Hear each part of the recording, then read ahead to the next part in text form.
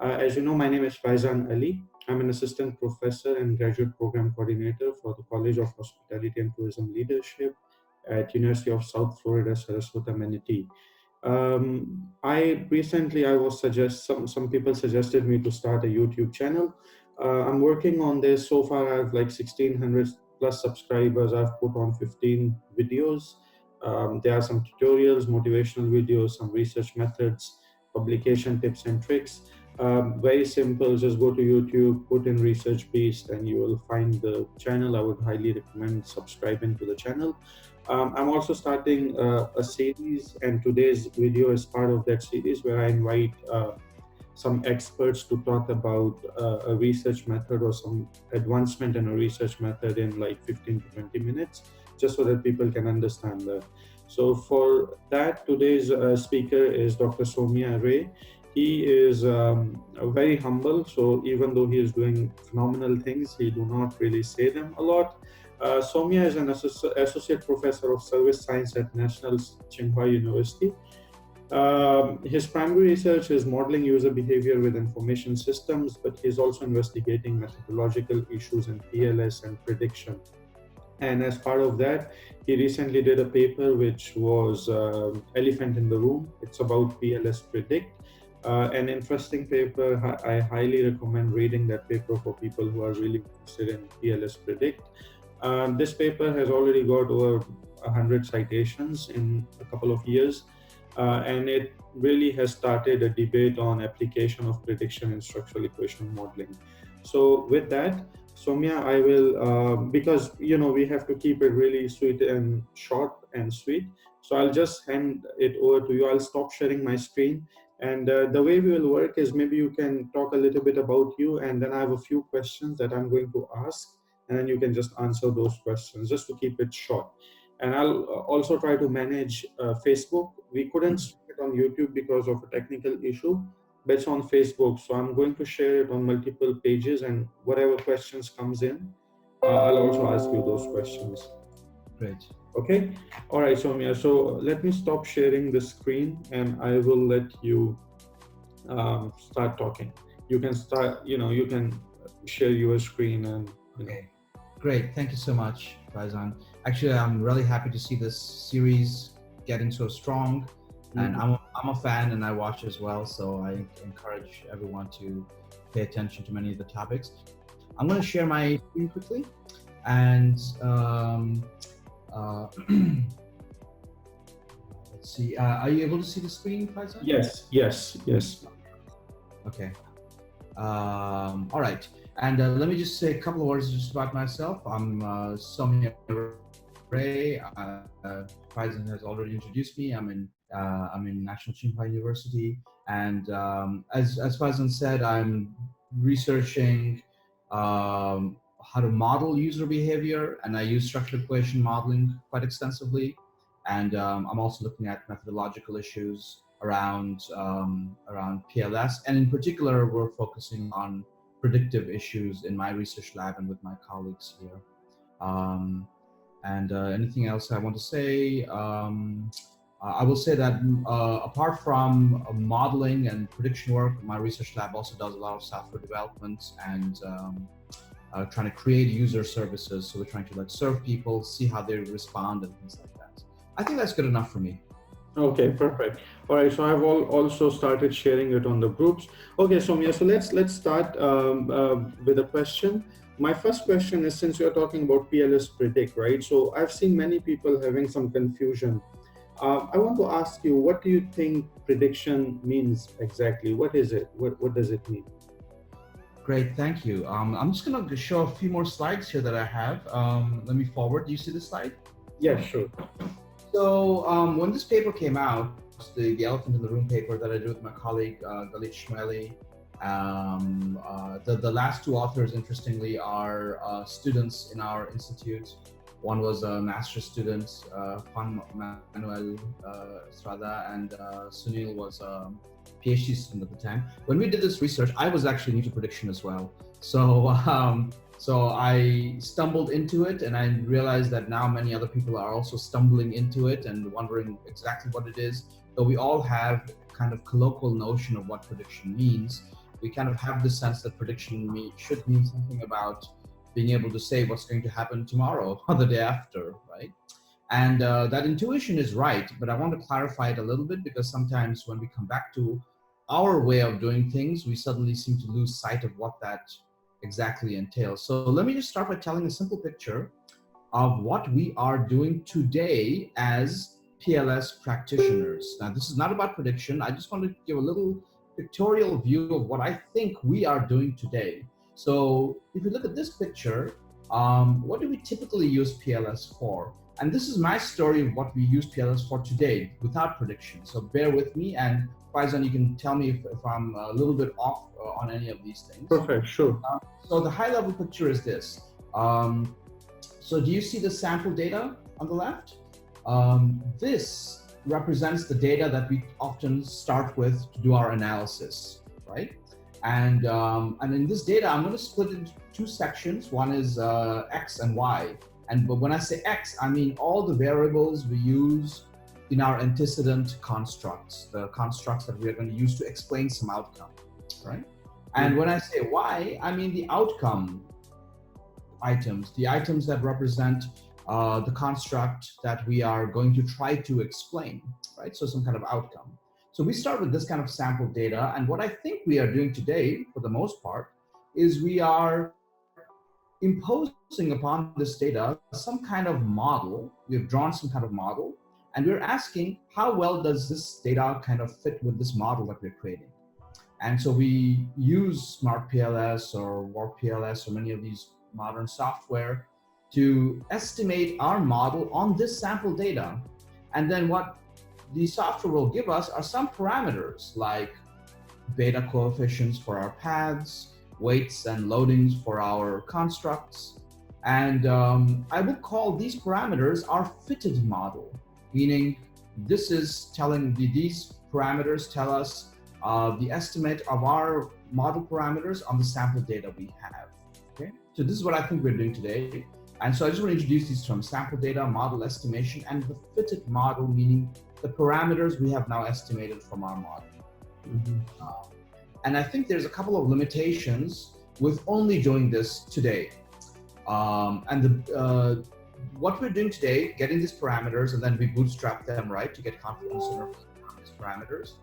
Parameters definitely have theoretical value, right? So they definitely have theoretical value in the sense that these parameters tell us the average relationship between our subjects or our cases, but they cannot describe individual cases. So for example, when we have a beta parameter, like we have a structural path between two constructs, it tells us on average, how does one construct relate to another construct on average for given all these subjects in our sample data. However, we cannot use this parameter to tell you exactly how one person is going to behave. And the reason we cannot do this is because these parameters are not modeling individual people, they're modeling an aggregate behavior, right? And the ramification of this is, and tell me if this resonates a little bit or not. When we are writing our research paper, right, at the end of our research paper, we come to a section called practical implications, right? We have some section called practical implications. And tell me if you feel this way or not, but sometimes when we are writing those practical implications, we suddenly feel like we're waving our arms a little bit, and we're now prescribing things that really are not in our model, but we're just kind of saying now, oh, a company that is in this situation should do this or should do that. Or a person who's in this situation should do this or shouldn't do that, or maybe we should add this or should not do that.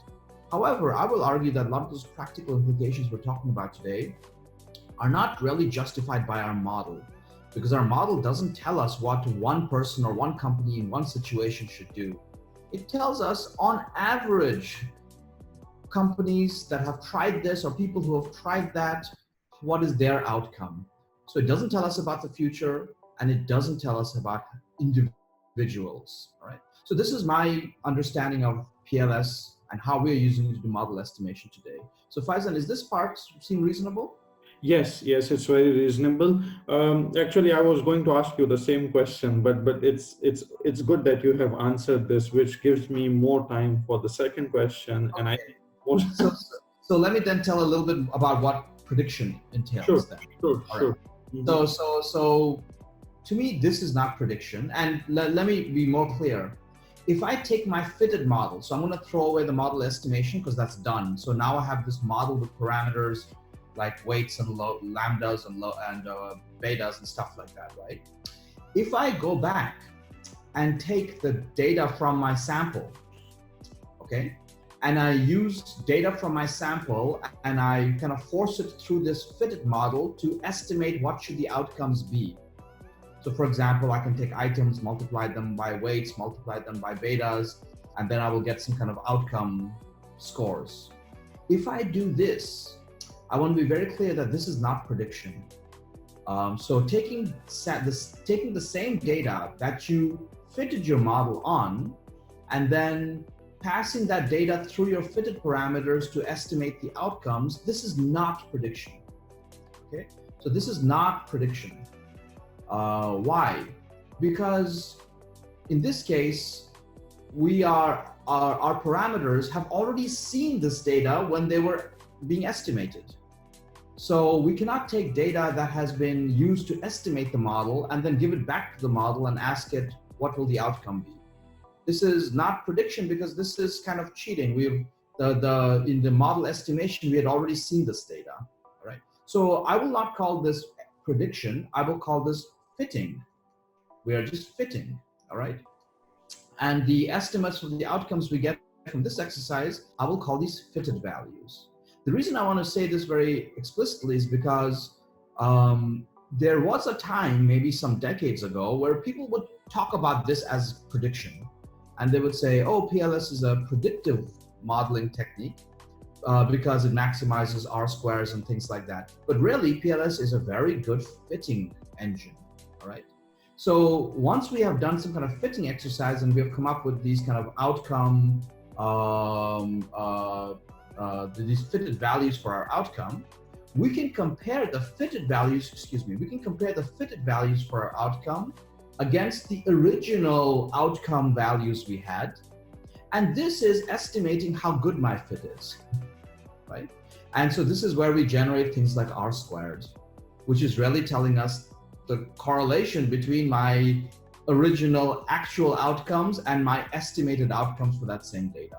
So this is what we call model fitting, and R squared and things like that could be a kind of goodness of fit metric.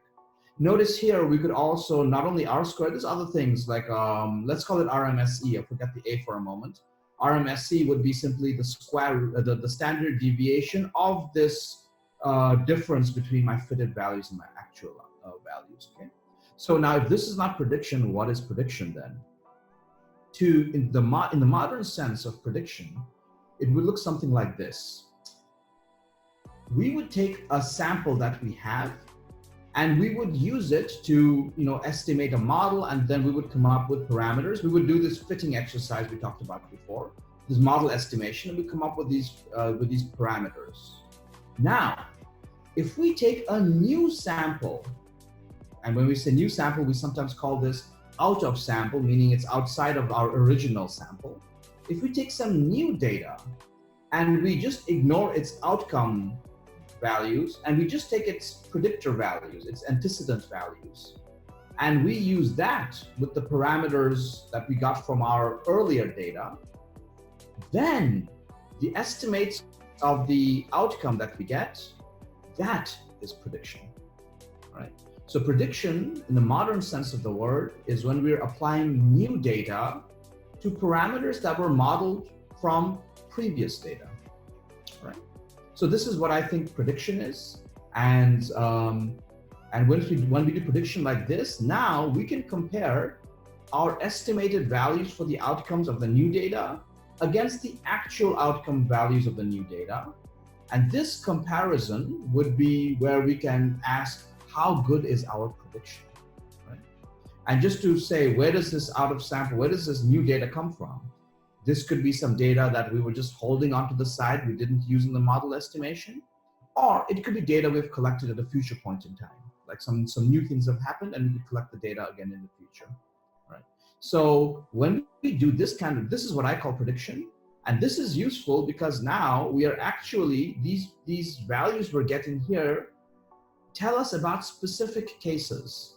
And insofar as we're able to do a good job in estimating these outcomes versus the actual outcomes of that new data, then we can, I think, say some more practical things about the practical implications of our research. And maybe I'll talk about more about that later. But Faizan, I hope this gives a good idea of what I think prediction is and what it is not. Sure. Thank you very much. Yes, it actually clarifies some very interesting points. Okay, Soumya, so you did talk about prediction in general. You did talk about prediction in relation to PLS. Can you just tell us a little bit about PLS Predict then, and how does it relate to PLS? Oh, okay, right. So what I've described here is prediction in general, what prediction is, okay? And it's not a big leap to kind of ask what does PLS Predict actually do and how it relates to PLS, for example. So when we talk about PLS and PLS-C and things like this are the engine that estimates our model parameters, okay? When we use PLS Predict, we are using the estimated parameters that PLS gives us to do the prediction to create predicted outcomes. Let me use this picture to give more clearly an idea of how we should use PLS Predict, all right? So assuming that most researchers, they're starting with some sample data, all right? And that's all they have right now. They're starting with some sample data. That's what we have today. The way we would normally use PLS Predict is the following. We would split the sample data. We would take some rows, let's say 70% of our rows of data, and we will call that training data. This is data we will use to give to PLS to estimate the parameters of our model, right? And so this is just part of our sample data, which we will use for training purposes. We will take the remainder of our sample data, which we did not use to estimate the parameters. We will call that holdout data, or sometimes called validation data. And we will take the antecedent values of this holdout data, and we will multiply these by the parameters that was estimated from the training data to predict the outcomes of this holdout data, right? Now, this holdout data had some actual outcomes. These were actually in our original sample data, but we left it out when we did the prediction. So now what we will do is we will compare the predicted outcomes of this holdout set of our sample data to the actual outcomes of that holdout set of our sample data. And in doing this comparison, we can now ask some questions about how good is my model at predicting data, predicting outcomes for data the model has not seen before. All right. So what PLS Predict does is exactly this. It splits your data into a training and holdout sections, and it uses the training part to do PLS estimation to get our parameters. And then PLS Predict tries to predict for the remaining data, what would its outcomes be given the training parameters I got from the training set? And then do those predictions, how good do they look compared to the actual outcomes of that holdout set? Okay, so Faizan, so basically PLS Predict does three things, I would say. It has a training phase where it uses PLS to kind of train the parameters on a training set of our original data. It has a prediction phase where it tries to generate predictions for the remaining set of our data. And then it has a validation phase where it's asking how good are those predictions to the actual values of our holdout sets, right? So this is the relationship, I would say, of PLS Predict to PLS. Now, for the viewers listening, I know this might be a lot to absorb. So I will just kind of guide them back to a couple of things, which is take a look at the original Elephant in the Room paper in JBR from 2016. And also, Faizan, I will make these slides available to you so you can post them on your channel or maybe. Okay. Sure. Thank you very much. So, Soumya, it really makes me much clear about a lot of stuff that I read in that paper. And thank you for explaining it in such a easy way for many people to, really digest, because the paper is very technical also. It is, I agree. Yeah, so it's easier to digest it this way, and the pictures are really easy to, especially for a person like me who is very visual. So when I look at these diagrams, it's very easy to understand. Thank you. And I think most PLS people are very visual people, which is why people attracted to this methodology and the tools. Yeah, yes. Okay, so Soumya, I do see that earlier you did talk about PLS Predict, and then you talked about RM, SEA, and some R square and stuff like that. I want to ask you this. Let's say if today I want to venture into PLS Predict and I want to do it using any software like SmartPLS or WAP PLS or any of these modern softwares, how should we use it? I know that you did talk about the practical implications where you can use this, but if you sum it up, how can we use it and how can we report the PLS Predict results? Like, what are the standards today? Right. Okay. Excellent. So thank you so much. And that's a question we get asked all the time. Mm-hmm. People ask us, so you made this amazing tool. How do I drive this car today? Mm-hmm. And I have to be a little bit honest here to say, when we released that paper, PLS, the elephant in the room paper in 2016, we really kind of gave the world a concept car. We didn't give them a car they can drive. So it's totally understandable, and it's expected that if you read that paper and you go, how do I use it? You saw a concept car, you can't actually get in it and go do your groceries or something because it will fall apart. Okay, so let me try to say a little bit about how to perhaps actually use it today. Now, I would preface this by saying we are at the early stages of trying to understand how to use this. So please excuse us. We are working nights and weekends, as the saying goes, to try to give you more practical tools to use. But let me try to show you what you could possibly do today.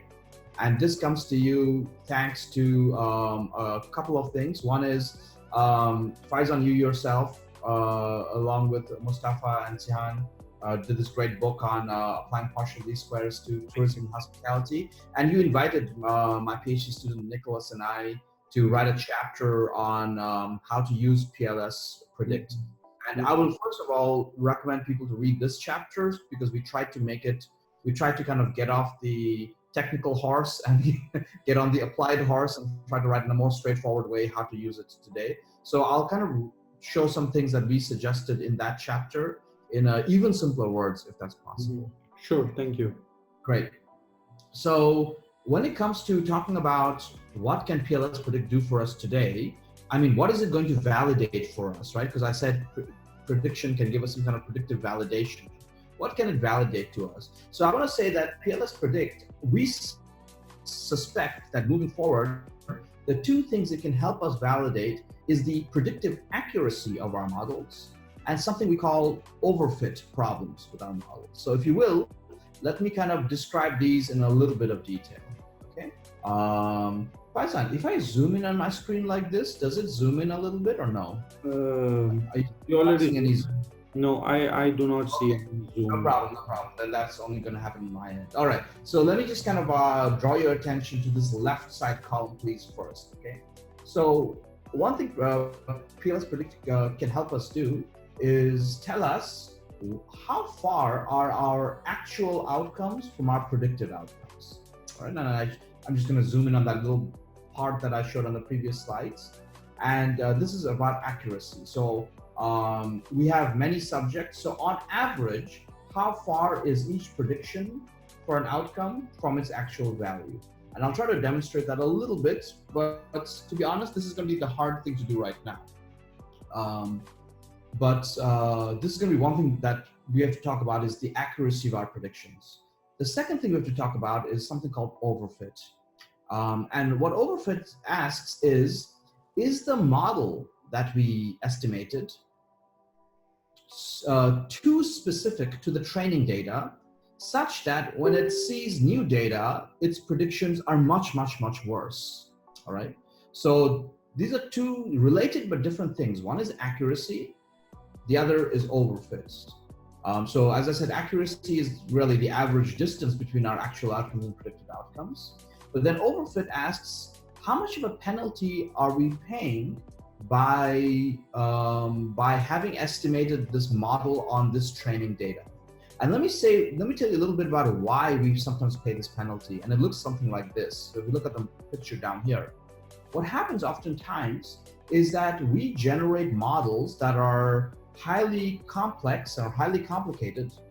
And as a consequence, our fitting looks very good, but our out of sample predictions look very bad. And the reason is because our parameters, or let's say, for example, we've added so many interesting constructs and so many interesting paths, and those interesting constructs and paths only really work well with the sample we have at hand. They would not work well with new samples that might be collected. We have, in a sense, over-customized our model to the sample at hand, okay? So to give you a generic idea of what that means, let's say, Faizan, that you want to buy some suits, right? Some dress suits for all your colleagues in your department. So you go into the tailor shop and you tell the tailor, hey, my colleagues are more or less my dimension, so why don't you make a suit for me and it will fit my colleagues as well. Now, hopefully the tailor doesn't tailor the suit too precisely to you, because if they do that, it will not fit your colleagues. They should leave a little bit of slack so that it will fit your colleagues as well, right? So oftentimes what happens is we create a model that is so overly specific to the sample we have at hand that it doesn't work well with other models. So actually, in often cases, you find that a simpler model would work better with other data than it would, than your proposed model. So this is an overfit issue. It can be caused because you have overspecified your model with too many fancy details. But there could be another reason as well. Perhaps in your training data, like the sample you have, perhaps there were some very unusual people in there, and your model is being skewed a little too much by these people. So for both these reasons, that you have too many parameters or you have some unusual cases, you may get this problem of overfit, all right? Let me show you today what you can do to kind of estimate some of these problems with accuracy and overfits, okay? So SmartPLS, they were very quick to kind of put in the PLS Predict into their software, and they offer you a couple of things that I think you could look at today, all right?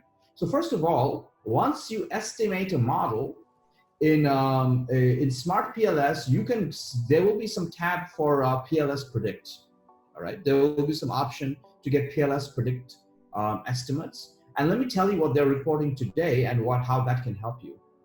So one thing it will do is when you go to see the PLS Predict results in SmartPLS, they will start by showing you the quality of your predictions for PLS. So under manifest variable or MV prediction summary, you will see some metrics for PLS, all right? Let me tell you what these are. So first of all, what it will tell you is for each of your items of outcome variables, for each of their items, what was the standard deviation of the prediction error, which is what RMSE is. It's just the standard deviation of the prediction error, all right? And by itself, these numbers are not so interpretable. They're just telling you what is the error of your prediction, all right? However, what they do, which we suggested in our elephant paper, and I think we suggest again in the hospitality chapter, is that they rerun the prediction, not using your proposed model, but by using a much, much simpler model, which is just a linear regression model. And in a linear regression model, what they do is that they use all the kind of antecedent items to simply predict the outcome construct. They basically, we basically throw away all the beautiful measurement and structural theory that you had, and we just simply say, hey, okay, let's forget all that theoretical stuff this researcher did, and let's just take all these items and let's just try to use them to straight up use a linear regression to predict the outcome. And then in the LM tab of the prediction summary, you will see your prediction errors aggregated using the linear model, all right? So now the difference between the error report of the PLS model and the linear model tells us something interesting. What it basically tells us is what happens if we give up all these theory that we had for measurement and structure. Then what would happen if we gave up all that theory?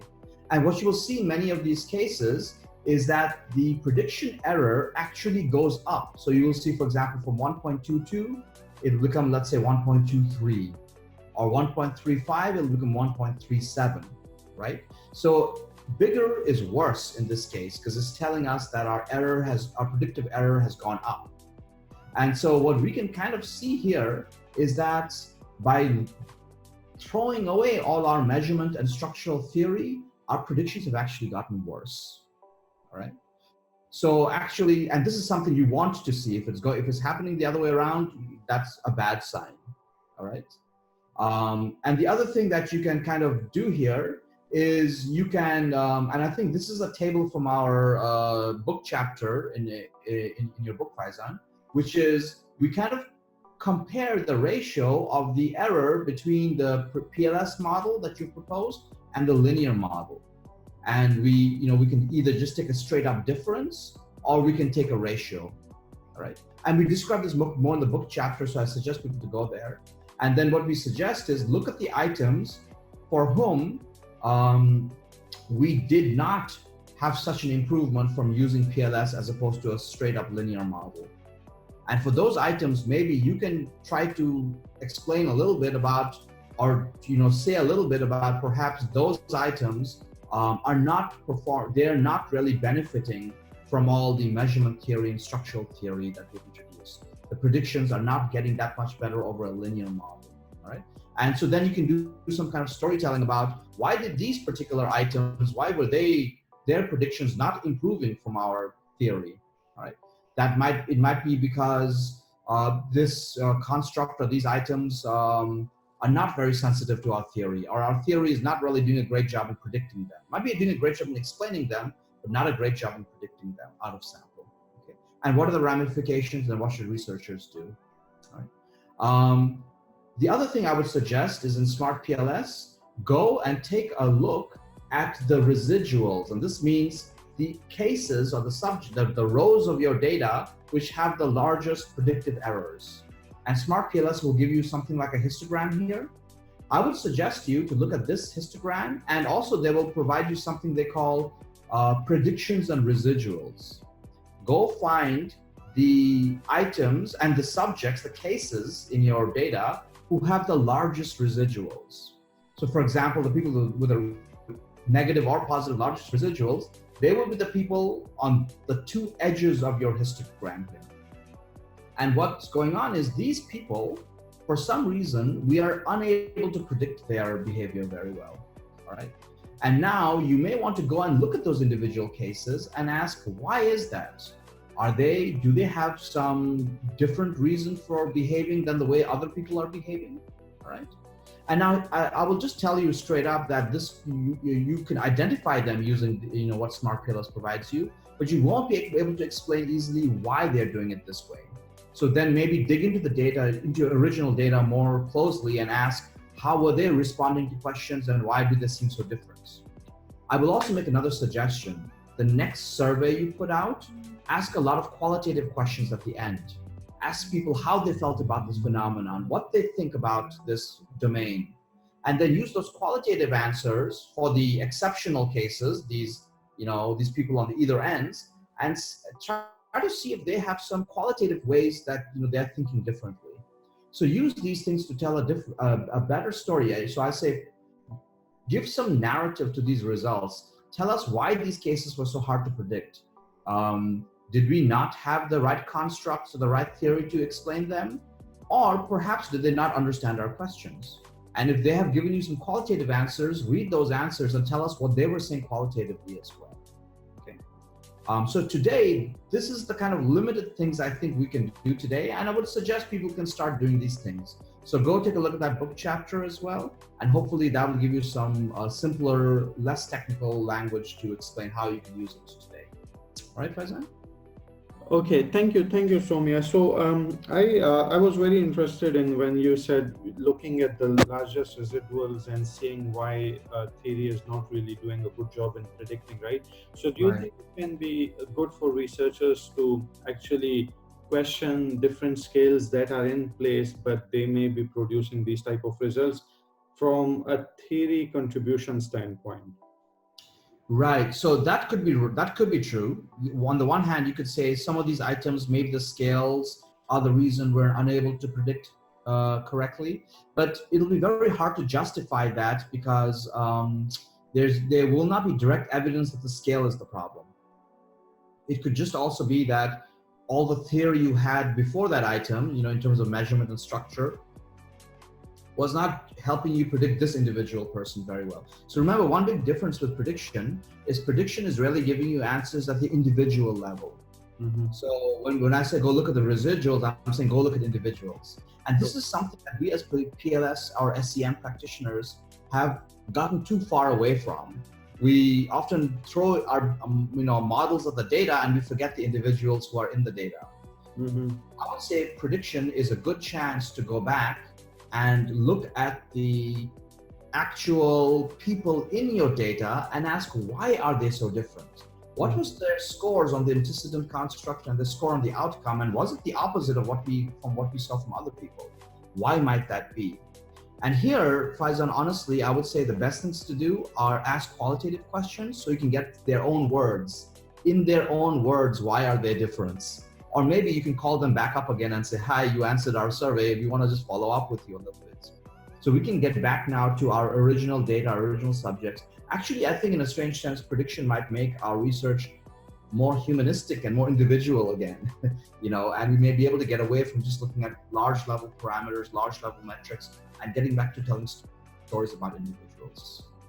Okay, thank you very much, Soumya. So I have one more question, and then we have a few questions on Facebook. So let me ask you one question of mine, which would conclude because those were the questions I planned, and then I'll go to Facebook and see if. So I understand that this is very new. Obviously, it's in the stage of development yet, and you did talk about it being a conceptual car and stuff like that, or concept car. So I would say that it's more like in beta version where you guys are really looking into it and developing it, right? At this moment, are there any limitations of prediction in PLS? And if there are, what are you guys doing to deal with it? Okay, great. Thank you so much. So that's a terrific question. There definitely are limitations, and let me talk about a couple of them. Okay. One of the problems is that I said earlier that we can use PLS Predict to validate accuracy and overfit. However, and this is the most common question we get people asking us, what is the threshold, right? Like how much misaccuracy is too much misaccuracy?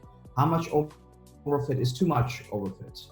And here I've got some bad news, which is I don't think with PLS Predict, we will be able to do the kind of metric analysis that we have been doing with other areas of PLS. And let me tell you why. When somebody asks us, is my model accurate? Is the predictive accuracy good enough? My response to them is always, what are you going to do with this model?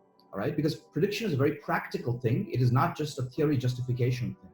So it's not good enough with prediction to say that, oh, at this threshold, you have enough accuracy or not enough accuracy. For example, if you're trying to predict how certain people behave, in response to a marketing policy, maybe you don't need that much accuracy in terms of prediction. Because if you're off by a little bit, so what? Your business is not going to go, your firm is not going to go out of business. Maybe you're not using your money in the best way possible, but it's not a huge deal. But imagine, Faizan, if you will, somebody was now using PLS models and they were using it to do medical science. And they were asking, is this drug, is this going to affect a patient in a particular way or not? Well, then you probably want much, much higher accuracy. So unfortunately, one thing PLS Predict cannot do today, and I don't expect it to do in the future, is to give you precise thresholds that at this level of accuracy, I have good enough accuracy. Right? Because this is really going to be dependent on your domain. So honestly, I would say on the one hand, just report your accuracies, your RMSEs, and over time, have a look in your domain. What are other people getting for their accuracies? And is your accuracy different from other people in your domain? All right. And the same thing applies to overfit. How do we know that your model is too finely tuned to your data and, et cetera? Today, we cannot provide thresholds, and tomorrow also we may not be able to provide exact thresholds, which is something we've gotten used to as PLS researchers. So I think one of the challenges on my research team and other people looking at PLS Predict is we have to give people a more practical path to how to tell good stories from their predictive outcomes. Okay, we're working on that. We have things in progress. It's too early to share it because I don't want to get people excited. We'll send those through journals and good reviews on that. The other problems we have with PLS Predict today is that PLS Predict ends up predicting items. But Faizan, you and I, we both know that PLS people are not really interested in items. True. Our theory lies in our constructs. And to be quite honest, PLS Predict today is not going to be able to give you good validation on the predictive quality of your constructs, all right? And the reason is because in your data set that you start with, we don't have construct scores in our data set, right? We only have item values in our data set. So we cannot tell you what the actual value of a construct should be, because that is something we estimate later on. It doesn't come with your data. Now, again, here we are working, Nicholas and I and Galit are working on trying to tell stories about constructs rather than items. That's in progress right now. But the last thing I'll just kind of say is, what is going to happen with PLS Predict in the future? If you look at this picture on the side here, today, the way we report PLS results is we tell people, I have enough item reliability, right? We just check this off. Or I have enough or not enough conversion validity. We check this off. We do the same thing with discriminant validity, common method variance, goodness of fit, etc. Is predictive validity going to be one more check-off box on your research list? To be honest, I hope not. Because I think at the end of the day, we are not gaining value by checking off all these boxes, right? What my vision for PLS Predict will be is that it will not be just one more check-off box. It will not be just a matter of, do you have enough or not enough? And actually, there's a lot of literature now, in prominent scientific journals telling us we shouldn't be doing this stuff to begin with. We should not perhaps even be doing goodness of fit and checking it off because it doesn't make sense. There's no such thing as a model that fits or does not fit. Everything is in a shade of gray, right? So what we're doing with PLS Predict is we're trying to be more future looking, and we're trying to help people tell better stories about their domain and their model and their data. So that is, I think, what you should expect from us in the hopefully near future, is we will tell you what kind of great stories can you tell from a predictive point of view with your data, rather than just providing you some metrics you can check off. All right. So that's where we hope, these are limitations for today, but I think rather than trying to we're going to solve some of these limitations, but we're going to work around some of these limitations by perhaps telling PLS practitioners, we have to change our view of how we are actually telling stories with PLS, all right? And this is going to be, we're in it for the long haul, so we're not going to disappear. And I think what we're going to be doing slowly with PLS Predict is trying to change the culture of PLS from being a reporting at 100 metrics kind of culture to telling nuanced and detailed stories about individuals, a more humanistic culture about how we do research. I really like it, the way you ended it. I think it's actually really the way forward, because if you listen to editors or, from the top journals, they always say this. I mean, recently I was in UK listening to the editors of top tourism journals. They were saying the same thing. And I think it's doing us much more harm than any benefit, where people are really perceiving PLS practitioners to be like those horses with those eye covers, where you just go straight, ticking off the boxes and not really telling an interesting story. So I think I would love to end this on these beautiful words of yours, but there are some questions from people on Facebook. So I'm going to just read those questions. So one question is, what is the ratio of the training and holding size against the sample size to qualify for predictive testing? So if let's say you have 300 respondents, so what's the ratio like for the holdout and the training sample? Okay, let me try to address that quickly. And I'm just going to share my screen here once again quickly. Mhm. What this person is asking is, when I say split the data into training and holdout, how much should be in training, how much of my data rows should be in the holdout. Correct. Now, let me just say that, first of all, we are hoping in the long term that PLS Predict software, whether it's separate software, or if it comes to SmartPLS or PLS, that this software will make this decision for you, hopefully, okay? So you may not have to worry about it for very long. But generally speaking, let me just say in big data and in other fields where prediction is the primary thing they do, right? They're not really doing model estimation, they're doing prediction as their primary goal. The training set is usually considerably bigger than the holdout set. So for example, the training set might be 70% of your data and the holdout might be 30% of your data, okay? On the other hand, you can see that as high as 90% could be in the training and 10% in the holdout. What I have omitted saying here, which because it will make the story more complicated than I want to do in a 30-minute session, is that honestly, the way our software really works is that we don't just split your data one time into training and one time into holdout. We repeat this over and over again. Let's say we do 70% training, 30% holdout. We will repeat this process again and again with different 70% and different 30%. So we will, kind of iteratively do this many times to make sure that there is no one training set that is giving too much emphasis. All right. And actually you can go as high, and when you're doing this kind of thing, when you're repeating, so this is called cross-validation, when you're doing repeated splitting into training and holdout, you can go as far as putting all but one case into training and leaving that one case as a holdout.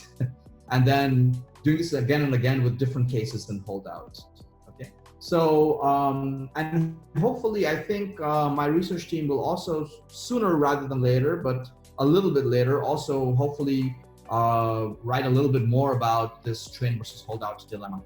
So that's a fantastic question. Just know that training is usually much bigger than holdout. And it can be done repetitively, and the software should be doing it for you, so you are not stuck there doing it by yourself. All right. Okay, thank you, Soumya. One other question I'm going to ask, and I think then we can stop, because even though I said like 20 to 25 minutes, we are close to 45 minutes. That's right. Because of the questions and stuff. But I think that's important, because people need to understand the things that they want to know. So this question says, many researchers claim that PLS is used for exploratory research, not for confirmatory research or theory testing. What is your opinion about this? If you want to test the hypothesis and want to confirm a theory, should we use PLS or MOS? Okay, great, thank you. That's a really good question, and it's an emerging topic of discussion in PLS and SEM. And just be note that the key word in the question is, what is my opinion? So I'm only giving you an opinion. I think that PLS as it stands today is good enough to give us fairly strong idea about our hypotheses. Will I go as far as to say, is it a confirmatory technique? Now, regrettably, PLS today does not have or we don't have exceptionally good ways of doing full model fit. So therefore, some people will challenge, is this really doing confirmatory research or not? I know that there are teams that are trying to do proper confirmatory research and proper model fitting. I think Jörg Hensler and his colleagues and his teams are working on this, and we have, let's see what they come up with. And I think it'll be really phenomenal what they come up with, honestly. Let me just put it to you like this instead. There's a temptation in the PLS community to kind of get into these kind of religious battles about is it confirmatory, is it not confirmatory, is there goodness of fit, is there not goodness of fit? At the end of the day, in good journals, we are not getting rejected because of PLS or not PLS. Honestly, at the end of the day, we're getting rejected because our story is not interesting or it is interesting. What you will typically find is if you have a truly interesting story, a truly interesting context, reviewers and editors will bend over backwards to help you get it published, whatever your methodology is. So my suggestion to people really is, I know that we want to be precise with our words, and PLS does have a more exploratory flavor, but yet I think it's powerful enough for us to say with certain certainty that our models are working or not working. I will not go as far as to call it completely a confirmatory technique today, if the wording is really important to you. Having said that, let me just reiterate, good journals and good outlets are not judging you on the confirmatoriness of your model. They're asking, is your story really novel? Is it really interesting? And I think, quite frankly, the shock that confirmatory fans are going to get in the coming years, and it's starting now, is that this whole confirmatory world is going to get a lot of backlash from big data, predictive, and people who don't do SEM. If you look at the recent publications in Nature and Science and American Statistical Association, they're fighting back and saying this model fit business doesn't even make sense to begin with. So there's no reason to get too hung up on whether things are confirmatory or exploratory. I would say tell excellent stories and deal with and what I hope to give practitioners in the near future is tools to deal with and give narrative to the error and uncertainty in our models. So where are the places things are not fitting well? That's a more interesting question than does the model fit or doesn't fit, right? Like when you go to a shop to get a suit, Faizan, if the suit doesn't fit, you don't just throw the suit away and walk out of the store and burn the store down. You say, hey, where doesn't it fit? How can I fit it a little bit? That's the kind of questions we have to be asking more, right? So I know that's not a full answer, but it's an opinion as was asked for. No, but it's the reality. I mean, you did talk about the nature and the science, but I think even in marketing journals, it's happening. People are moving away from confirmatory tests and stuff like what you just mentioned. I've even seen in hospitality and tourism journals now people are moving away, and you're pretty right. If you look at top tier journals in marketing is different, but even tourism, hospitality, people are moving into big data, all this social media analytics and all those type of things. So I completely concur. I mean, there has to be some sort of change in the way we are doing things in order to be relevant. Otherwise, I'm afraid we'll be like dinosaurs, You're totally right. We'll be left clutching this rock that nobody wants of confirmatory research. So I think there's two ways that we have to grow as researchers and as people. One is we have to go back and give credence to the people who do qualitative research. And using predictive tools, I think we can tell better qualitative stories even. And hopefully we'll say more about that later. And again, we have to learn from the people doing predictive research, where a big chunk of the world is now shifting to. And rather than, like you said, sit here and guard this little plot of land called confirmatory research, we have to broaden our own horizons, right? Perfect. I am really, really happy, and we are getting some comments where people are saying it was a very interesting discussion, and I hope that we'll continue this. You said you guys are developing some new tools and stuff, and I really am hopeful that as soon as you proceed with those things, we are going to have a few more sittings like this to talk about, the new developments in this domain. Soumya, once again, thank you very much for taking your time and, explaining all this stuff. Just one more thing. If anybody has any question, can they contact you through email? They can contact me through email, through Facebook. I'm pretty receptive to most people. As long as the question is within my bounds of my expertise. I sometimes get queries where I feel like there's much smarter people than me to answer those questions, but if I can, I'll certainly try to help. Thank you very much. Thank you once again. Thank you. Right.